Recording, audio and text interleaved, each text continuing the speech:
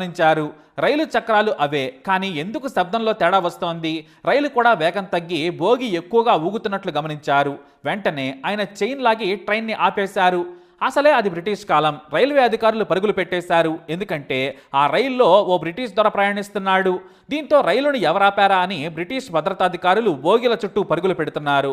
అలా మోక్షగుండం విశ్వేశ్వరయ్య దగ్గరకు వచ్చిన వారికి చెప్పారాయన, రైలు పట్టాలు ముందు భాగంలో ఎక్కడో ధ్వంసమయ్యాయి, శబ్దంలో తేడా వచ్చింది, అందుకే నేను చైన్ లాగానని చెప్పారు. ఇదంతా నీకెలా తెలుసని గట్టిగా నిలదీశారు పోలీసులు.